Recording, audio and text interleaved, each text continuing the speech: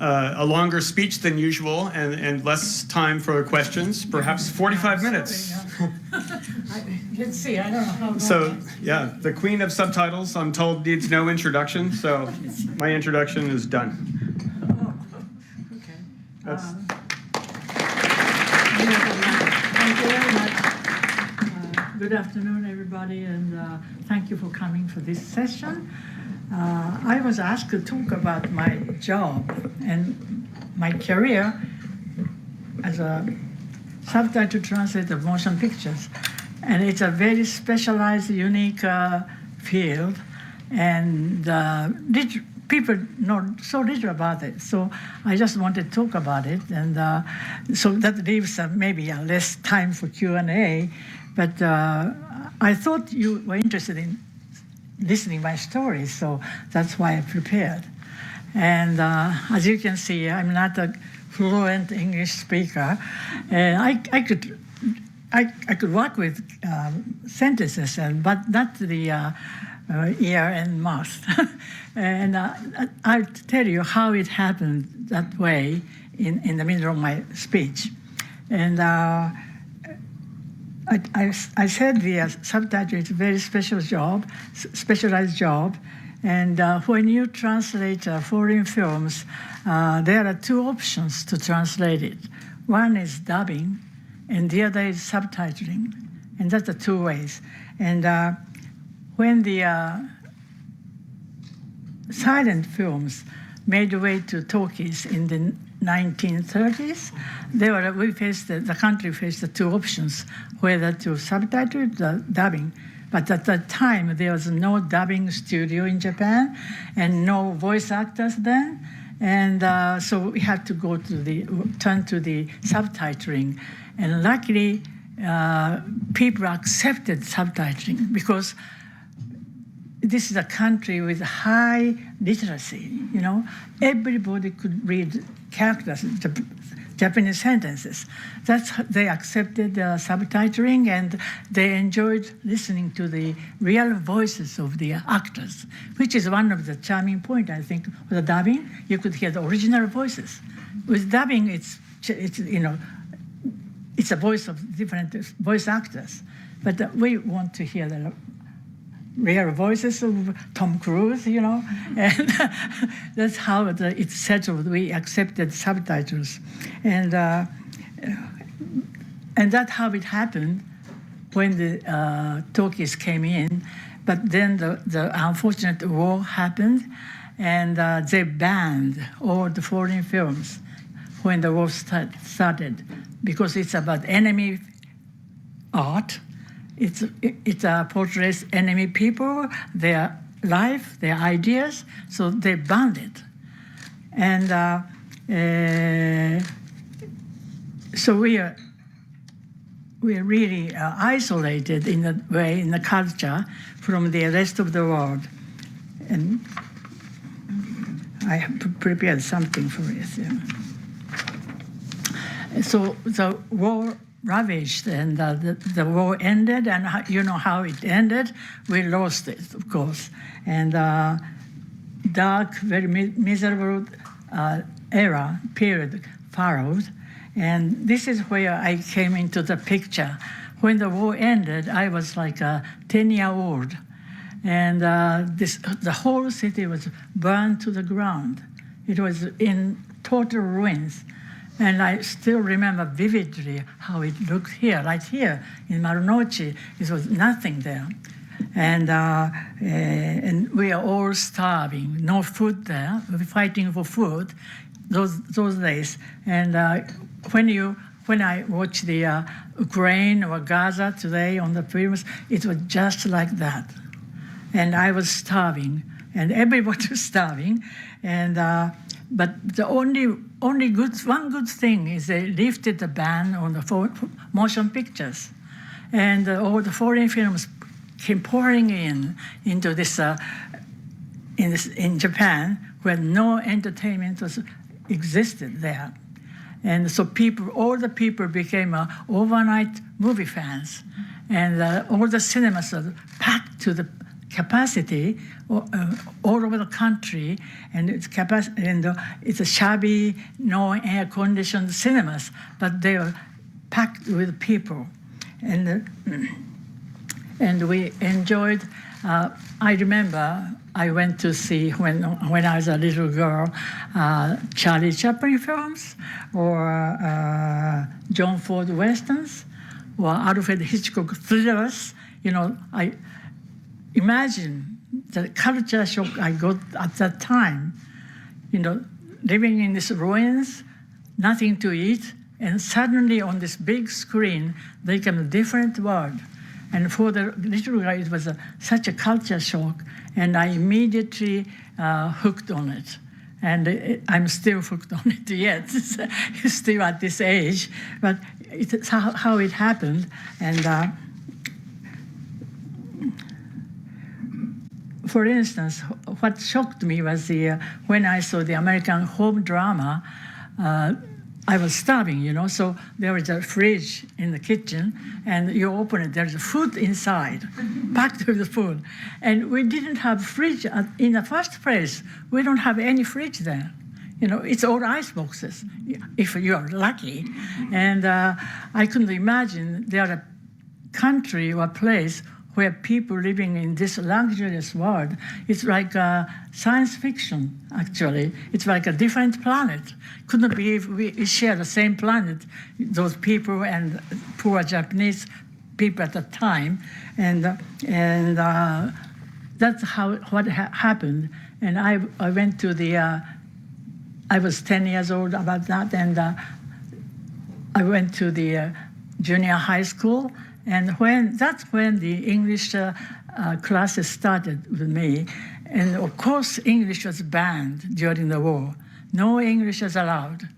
Even the baseball terms were in Japanese, translated into Japanese. They can say safe or out. We couldn't.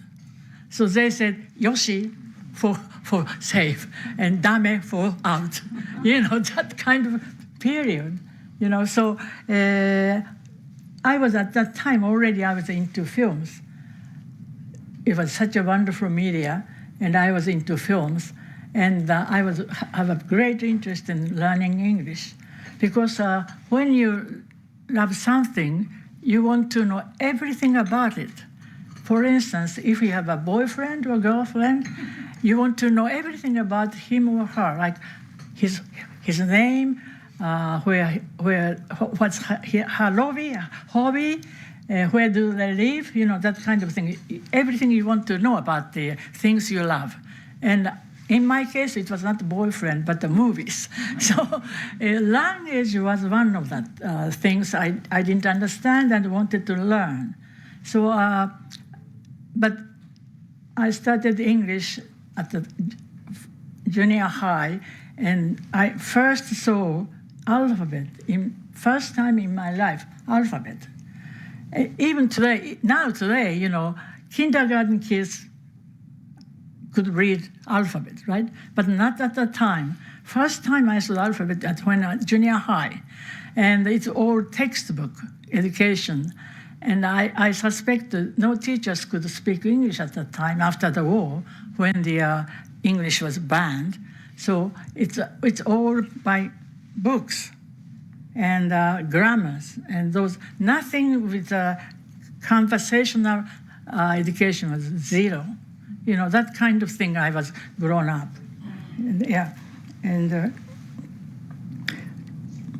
And that's how it happened, my relationship with the English.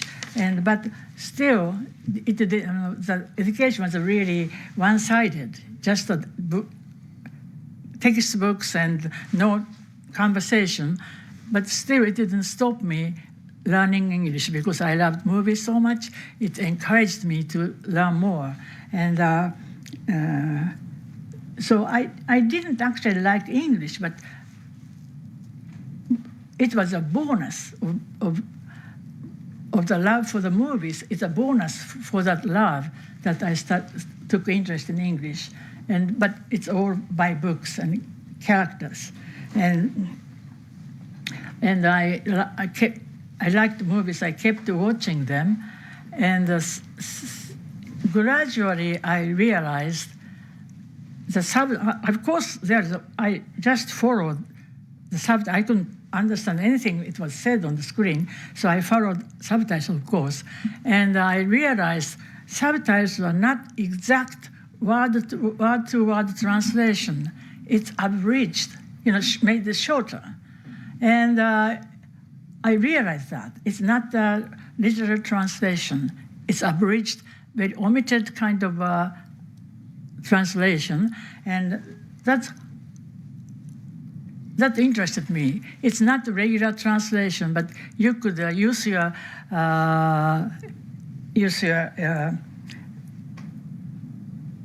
creativity, and you can change the original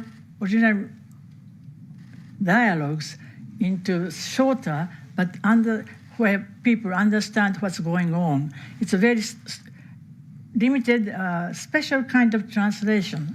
And I got interested in translate the subtitles. And that's how it happened with me for my desire to be a film translator. That's how it happened.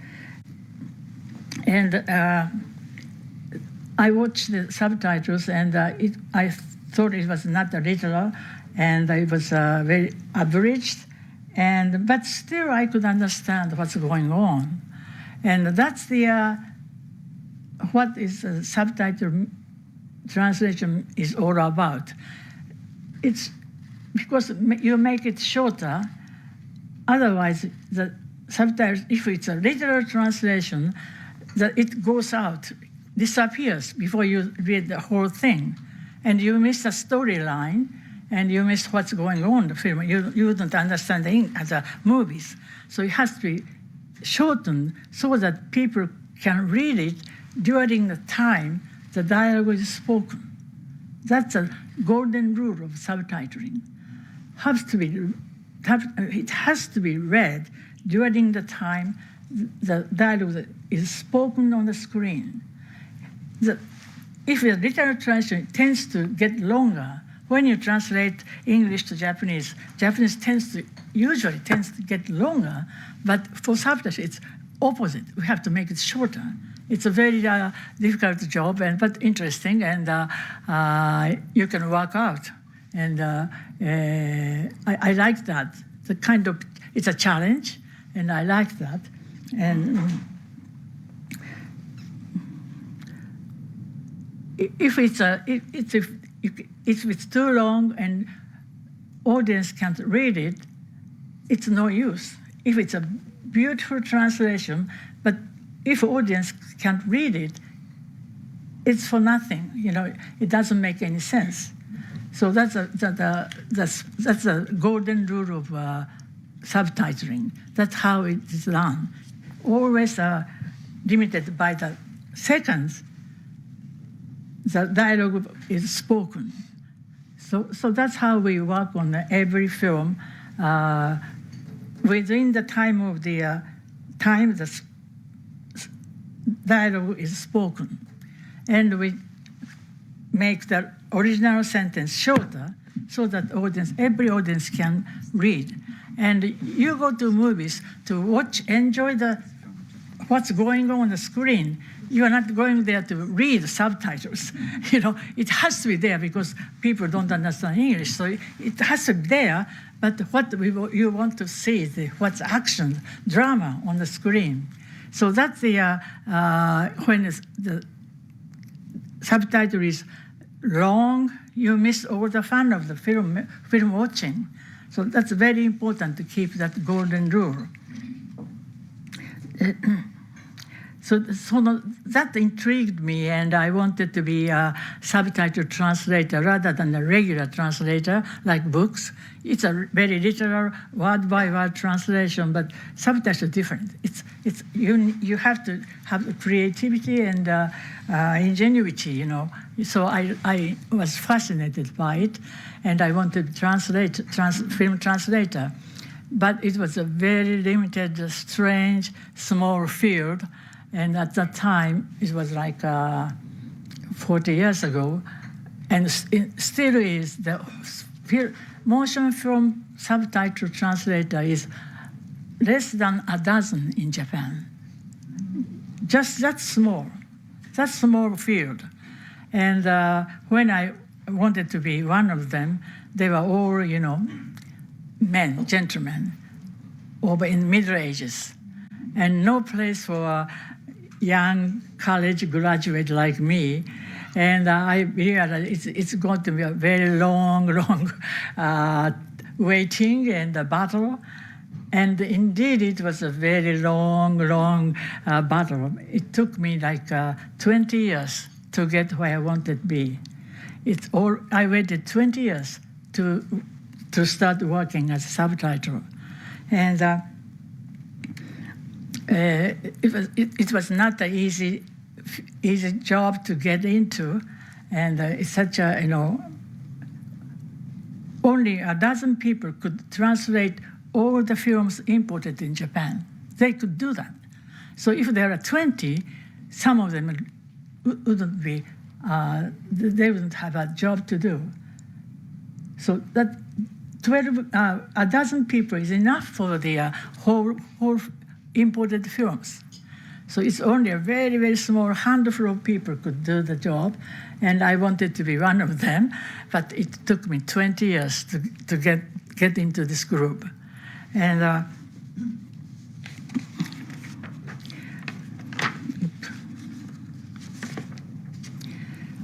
while I was waiting, something I never dreamed of happened. In the 70s, it never happened before, but in the 70s,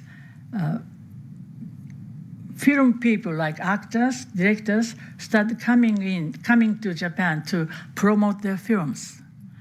And there was few interpreters in the first place, and in the film industry, there was none. Because they didn't need any interpreter for the film industry, so there was none. But people started coming in, so they needed someone to translate, interpret, and they all knew I wanted to be a subtitle translator. So they thought, oh, she's translating English. Maybe she could speak English as well. They were very wrong. I have never spoken a word of English at that time. I was close 30 years old, but I never actually spoke with any foreigners, and much less in front of people. But they asked me, you do this press conference.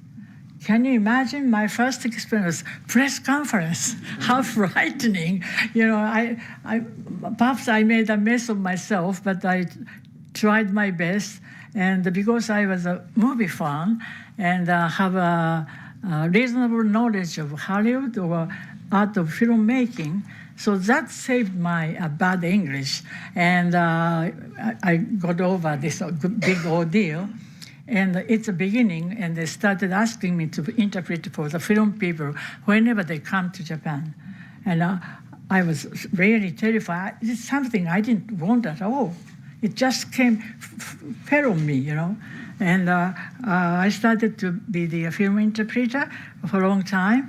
But the one wonderful thing was I was a big movie fan, And I had a chance of meeting big names from Hollywood, like Robert Redford, the late Redford, who passed away only a few days ago, or Sylvester Stallone, or who else? Anyway, the big names.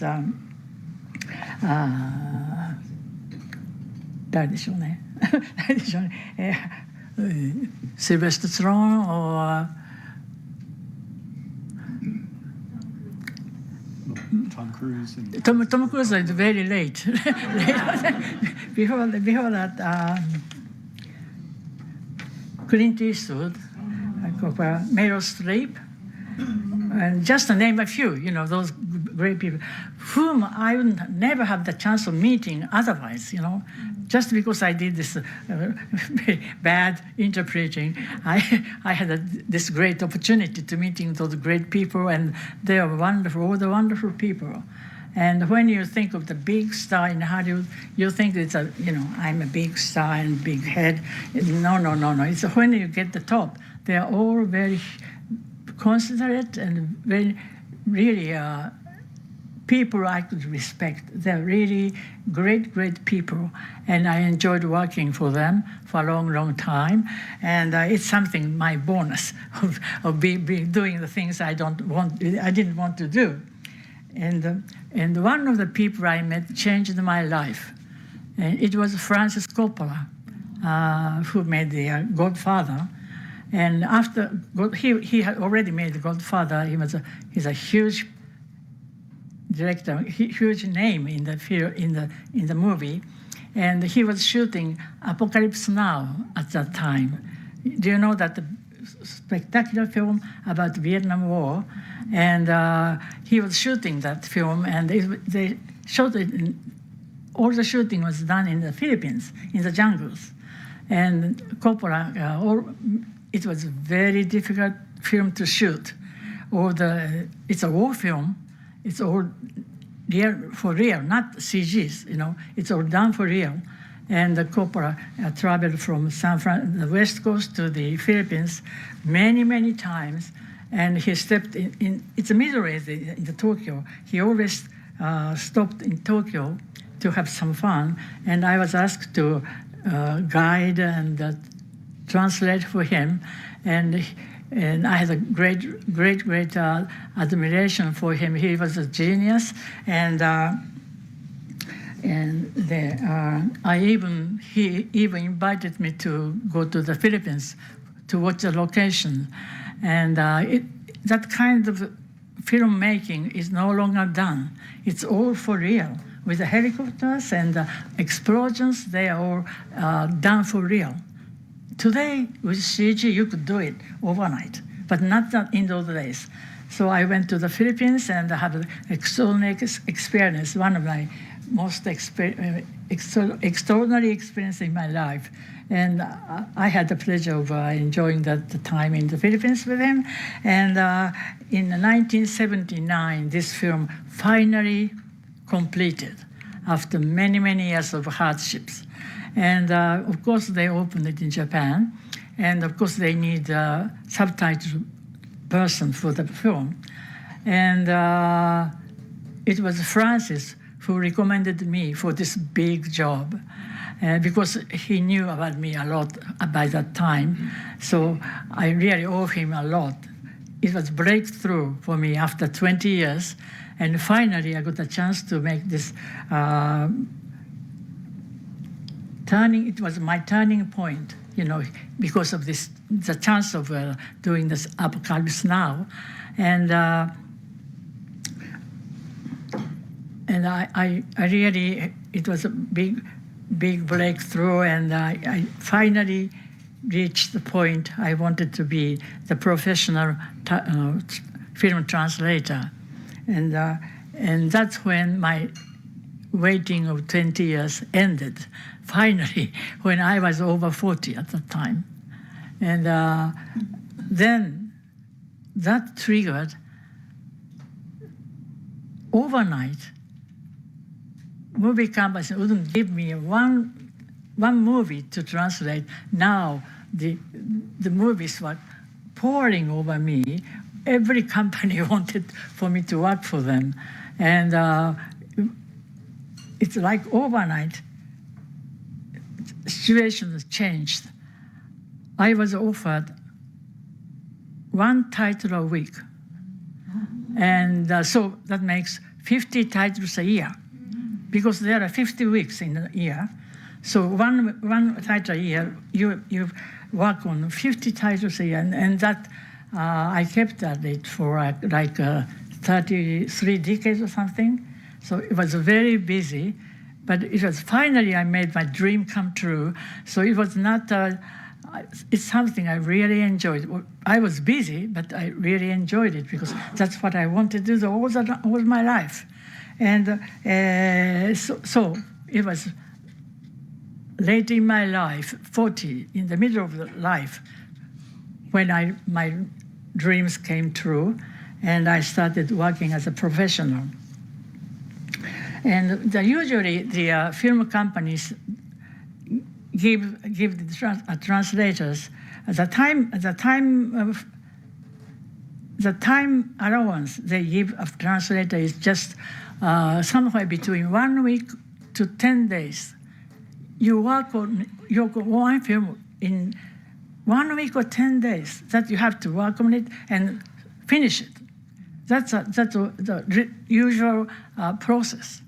They rush you because they want their films to be subtitled quickly, so they can start screening and show it to the mass media and start promoting. So they rush these translators, make it quick, put the subtitles as quickly as possible. So they only give you 1 week or 10 days. Whether there's lots of dialogue or no dialogue at all, they don't care. Just they thought we can do it in 1 hour, and 1 week. See, and the legend says the least,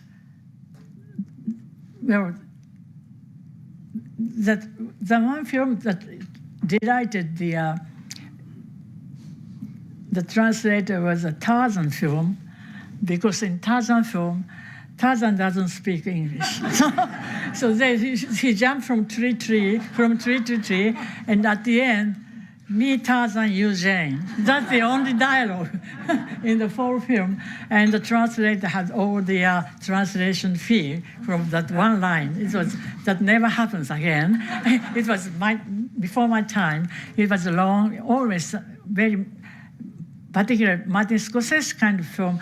It's a talky film. And they keep talking from beginning to the end.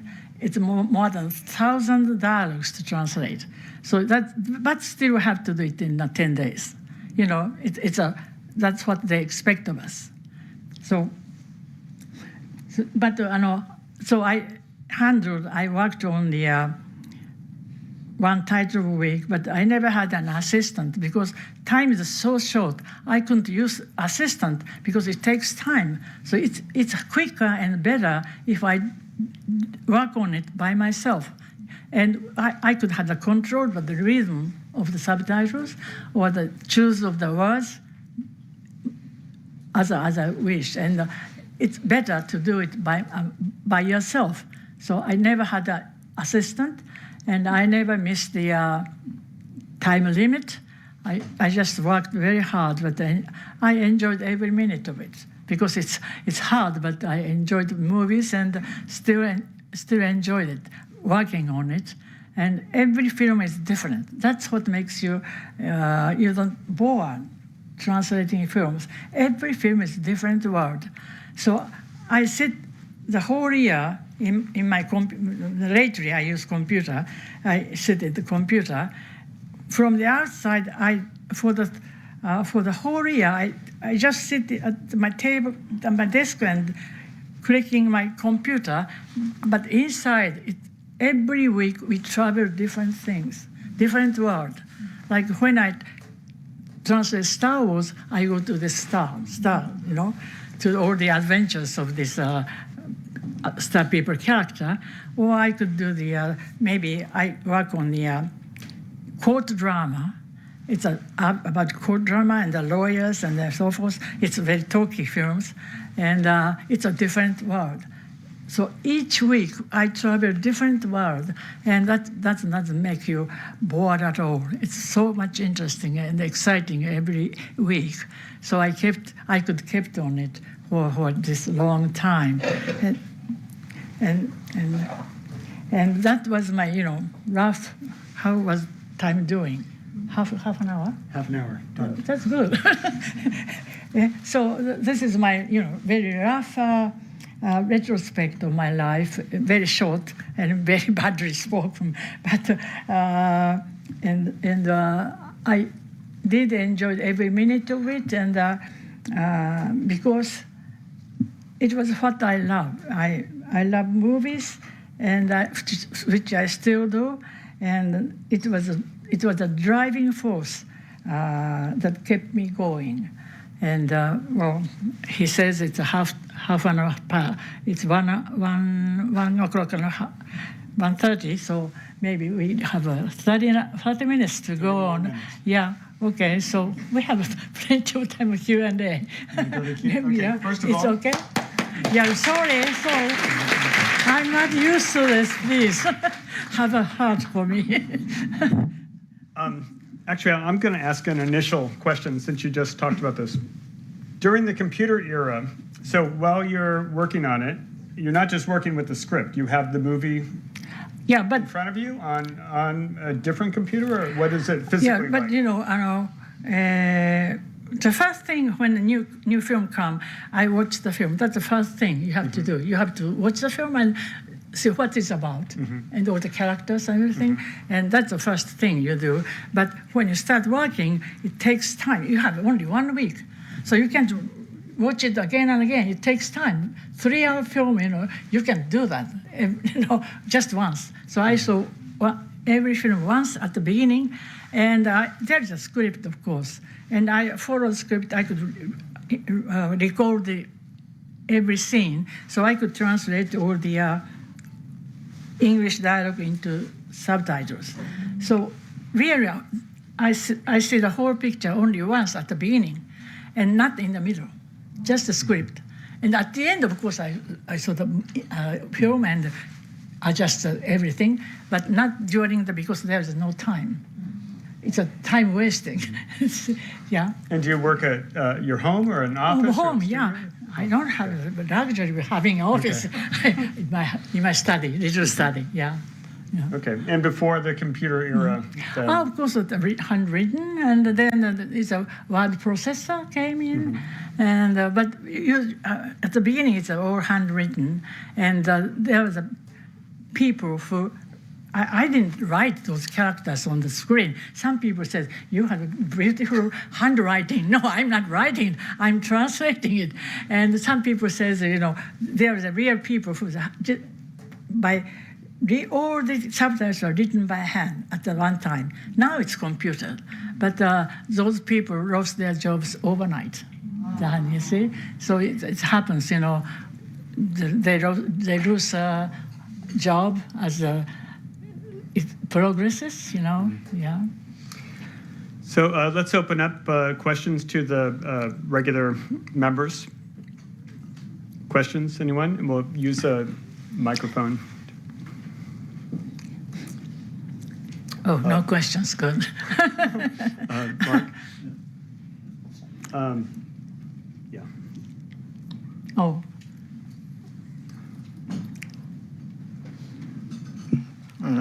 Thank you, Ms. Toda, for a very interesting presentation. Really? Thank you for saying that. My name is Mark Schreiber. Hi. I'm a good friend of your friend Dave Spector, by the way. Oh, okay. He asked me to say hello to you. Oh, okay. Dave, okay. I'm a freelance writer and also a translator. Uh-huh. And I guess the first Japanese theater where I saw a Western movie was probably You Only Live Twice, around 1965 or 66. I came here with my parents that year. So, of course, I couldn't read. The only thing I could read in your subtitles was the hiragana no, which looks like the letter E reversed.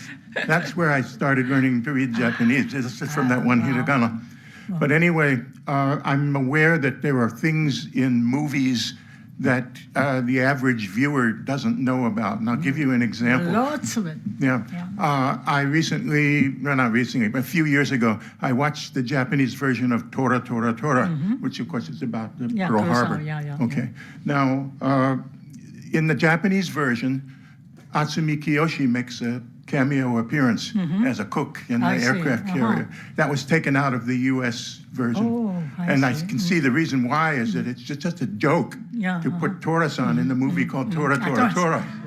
Yeah. See, that's a difference, This gives me the question that you see scripts and things before they wind up on the screen. And are you aware, it's not necessarily censorship, but for various reasons, things get taken out of the American version of the film. Not talking about nudity, right?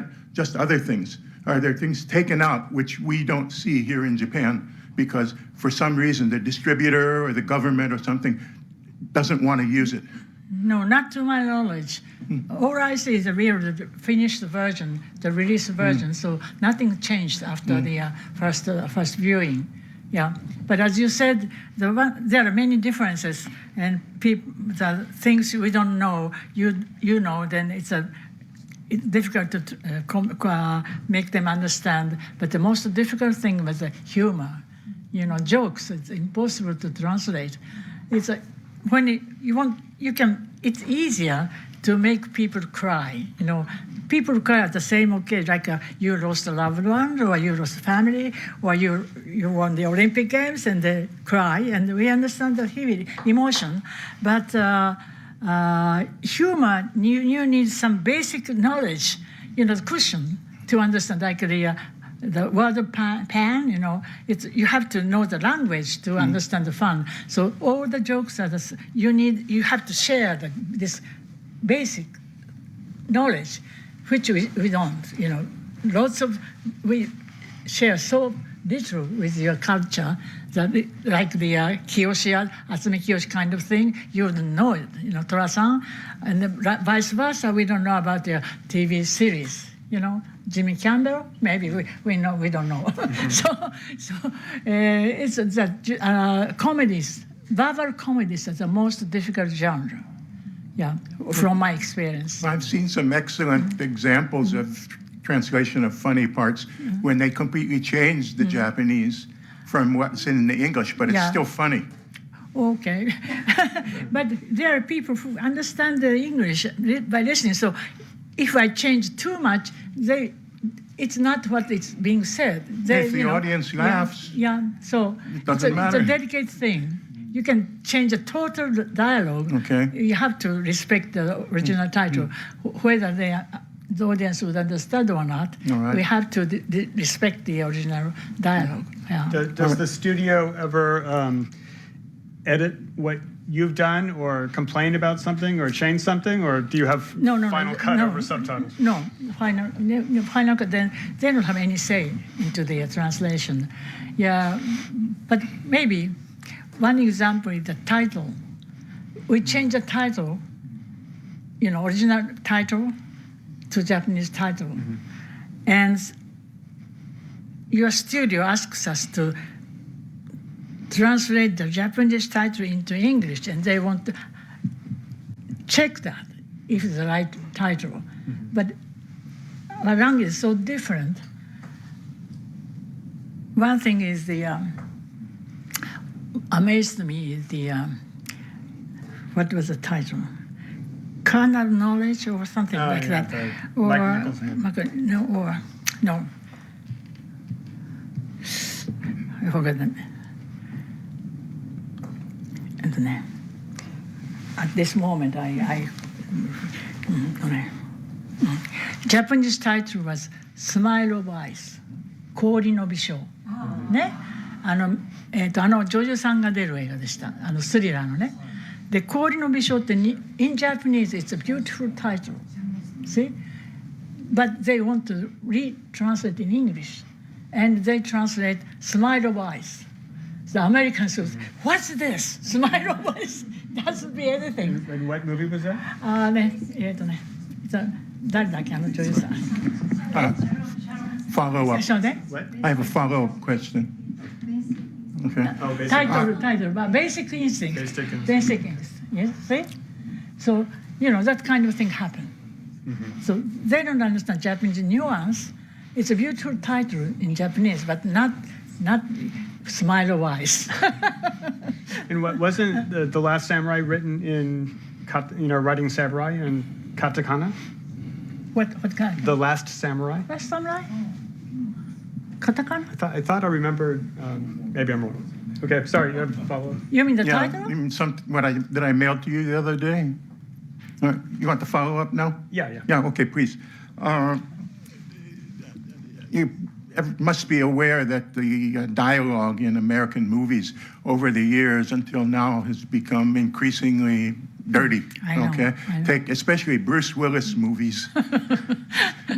But this collides with something you have in Japan called sabetsu yogo.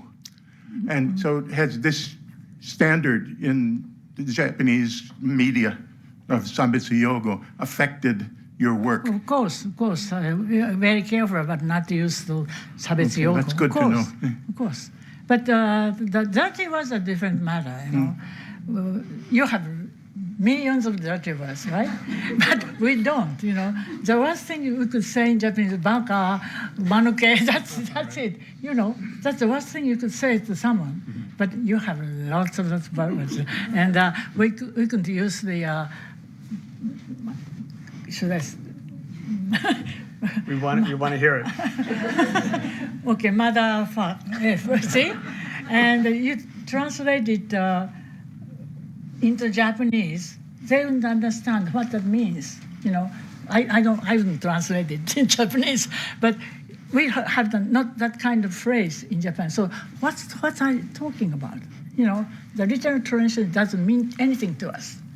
Yeah. So the dirty words are one area which are very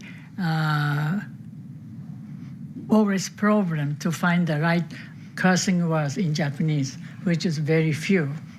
Yeah, it's a difference of culture and the language. Yeah.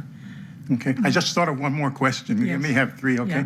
Yeah. It's very simple. Is the super subtitles or fukikomi-ban, the overdubbing, Yeah. dialogue, contents exactly the same? No. It's because it's a dubbing. You could hear by ear, and you could hear simultaneously. But reading needs time. That's why we have limitation of the characters, because it takes longer to read. And more editing, Yes, huh? yeah. Yeah, So okay. yeah. Thank you. So, but the dubbing has a problem. They don't have this restriction of character, but they have lip sync. So lip sync is another difficult thing. I never. Well, you know, it's now with AI, especially for animated movies for kids. You want to have dubbing, and then you can change the lip sync when you change the language. But not in a regular film. You know, you Yeah. can change. So, Well, you can actually. but not now. Technology from I know. You past could few do months, that. you can do it, yeah. For a few months. I don't know. Yeah. Anyway, at the present. Yeah, you can't do it that. hasn't been done Yeah, for yeah. So- live action. So feature they have film. problem lip syncing for the dubbed version. Yeah. Okay, more questions? Okay. Could you share with us about the most challenging subtitles that you worked on, and the most rewarding experience that you have had as a subtitle translator? First was a difficult one. Challenging subtitles.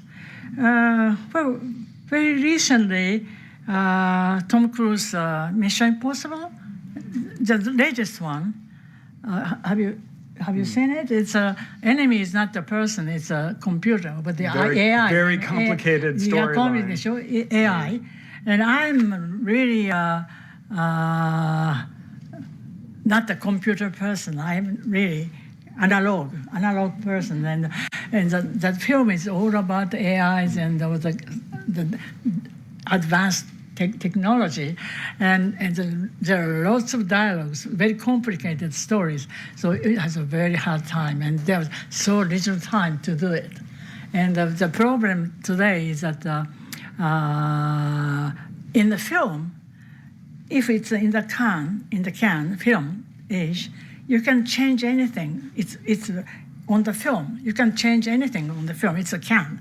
But with the digital, you can change anything. Like the digital camera, you can change anything. With the you can change the pictures, images. But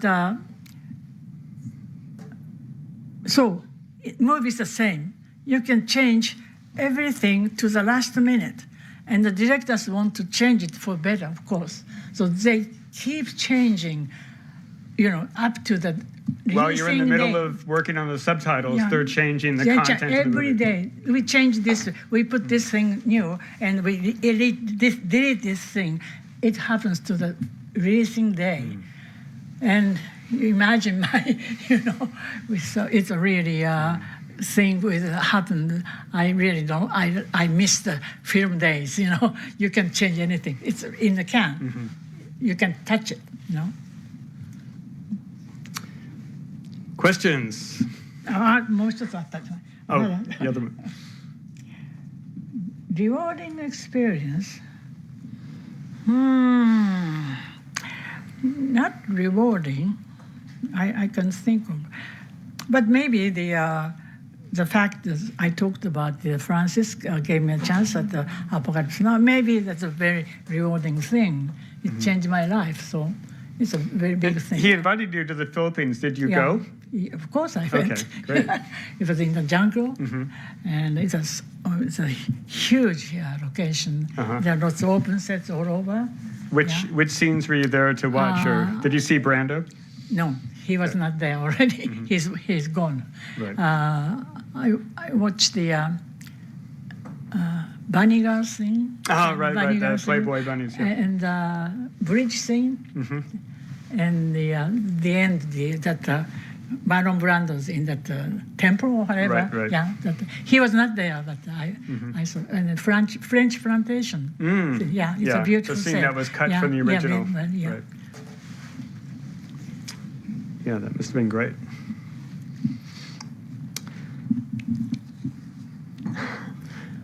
Douglas? Yeah.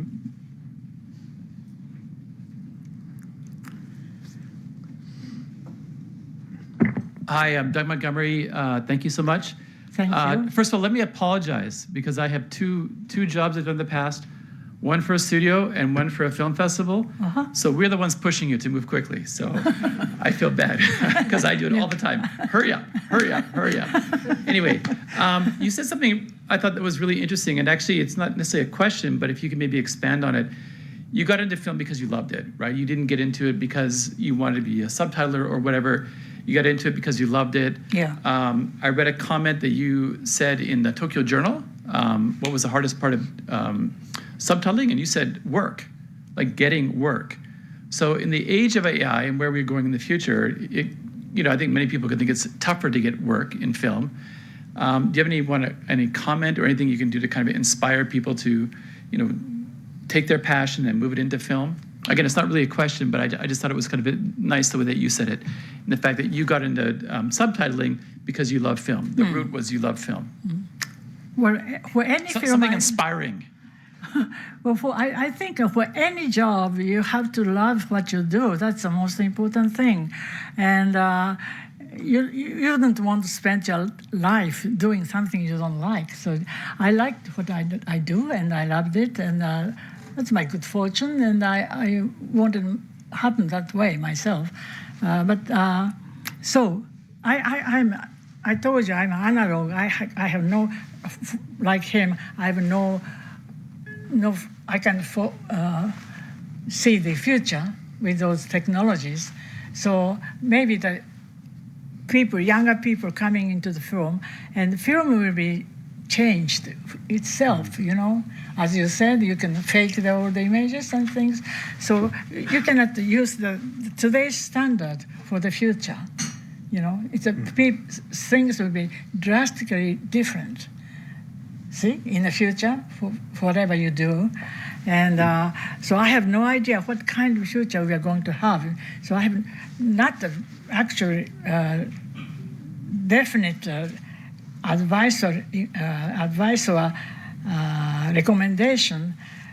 Only I can say is do what you love, and that will open the future for you.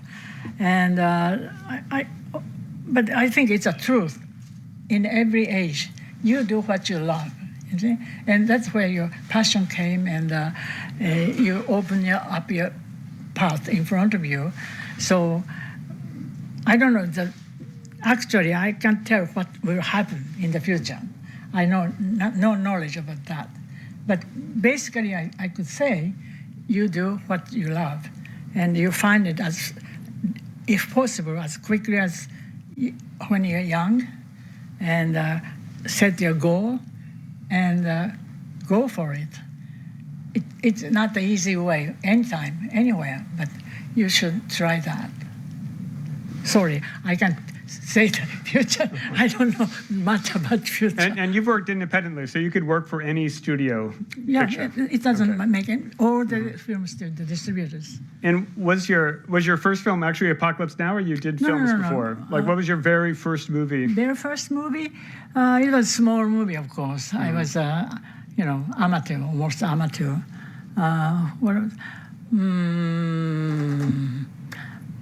Some documentary I did, that kind of thing, yeah. And lots of, before Apocalypse, there are many films I did. 007, yeah, many, those films. I did most of the 007 and lots of actions. Was that starting with You Only Live Twice, or Yeah. the one that took place in Japan? I didn't do Sean Connery series. I did with Roger Moore. Oh, okay. Yeah. Live and Let Die. Yeah. I started with that. The rest of the 007. Yeah.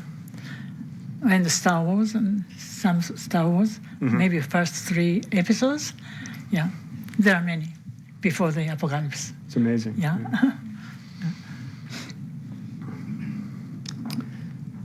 Questions? Yes. Please. 向こうにもあるの。Good afternoon. My name is Rara Obayashi. I'm not the interpreter. I'm working for the logistics company. But on behalf of my family, actually my grandmother, my mother, and myself are big fan of you. So I'm so honored to be here today. Thank you so much. My question is very simple. How did you input a lot of beautiful Japanese? Because I assume for the interpreter, it's important to input the Japanese, because you have to translate it into Japanese from English. Sure, yeah. So I want to know the tips. How did you get the beautiful Japanese? I don't know if it's a beautiful or not, Yeah. but it's a really, you have to translate instantly, Yes. You have no time to think about it. So it just came out from simultaneously, and I don't make any effort. It just came out of my mouth.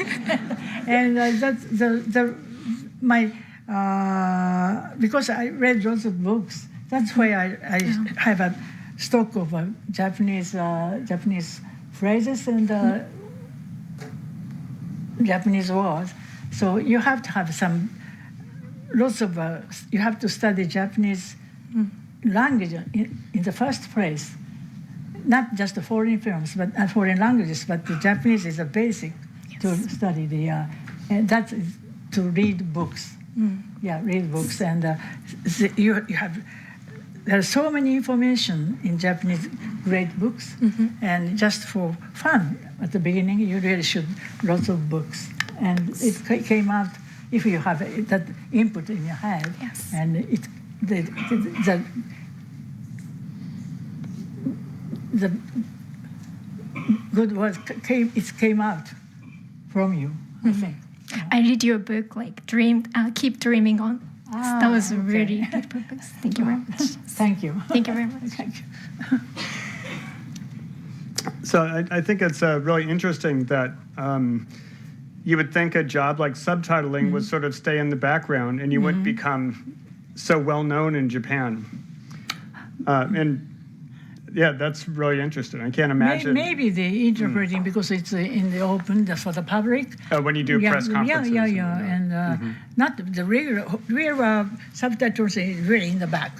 They don't come out. They don't know your faces, of course, but. In my case, it's a different. I did both, the interpreting and subtitling, and I'm the only one who have this, as we say, wear 2 shoes at the same time. Yeah, I'm the only one because the time was. But then becoming more famous also makes you a target for some criticism as well. I don't know if you want to talk about that at all. I really don't read any of them because if they write whatever they like without putting their name on it. And if they have a right to do that, I have a right to not read it. So I never read it. Well, especially these days, because you have anonymous, haters on the internet that never have to identify themselves. No, I never had even one time I never read it, any of that.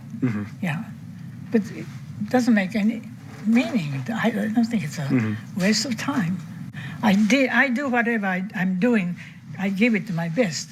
So what can you say about it? You know, I know I did my best. So people say whatever they like. Well, go ahead. But I'm not. I don't care. Excellent. More questions? Yes, sir.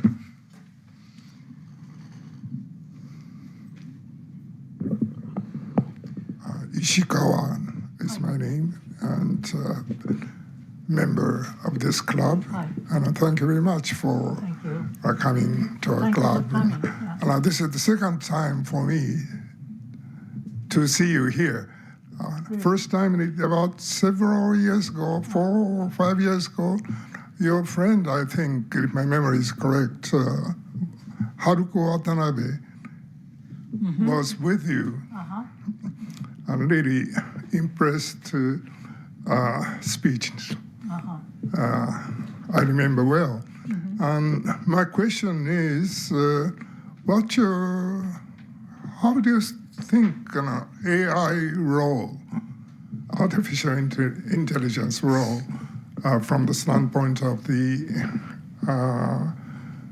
subtitle translator? Is it possible for AI, if improved, can So I kept overtake telling you, much I'm not- of the work? I'm not well versed in those areas, but one thing I could say is I tried this translation app, and it really did a quick job, from Japanese, from vice versa, and they're not 100% perfect, You need some adjustment, but anyway, it's a very quick translation, and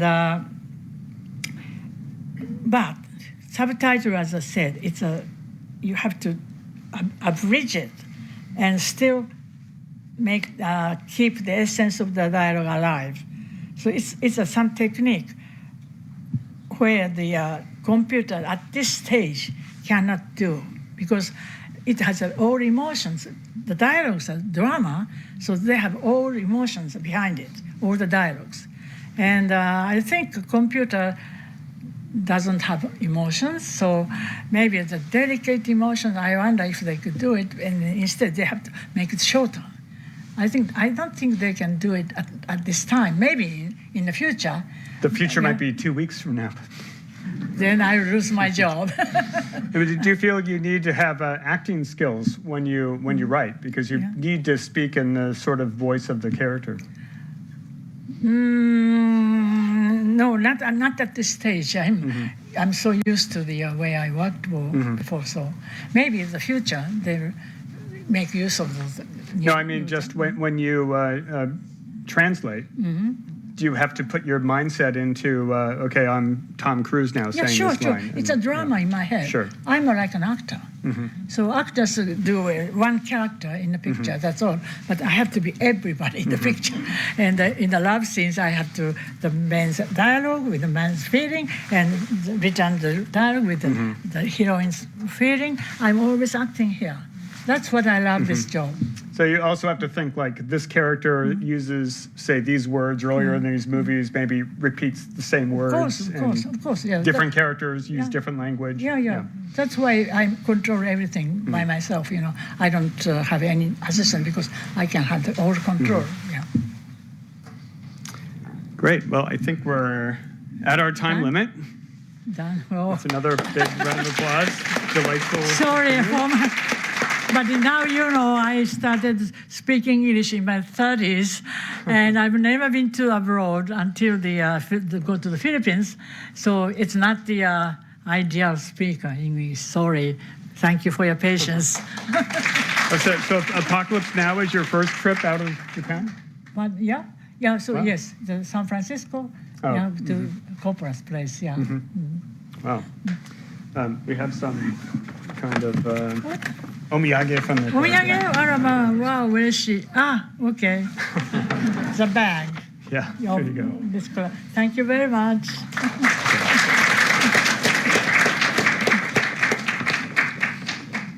So we are done? Okay. Oh, I have to do this. I'm told. How many times? Okay. どうも。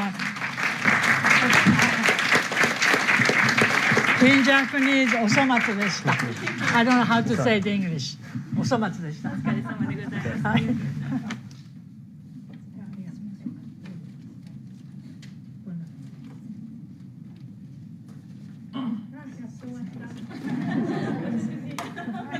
Such a pleasure for me.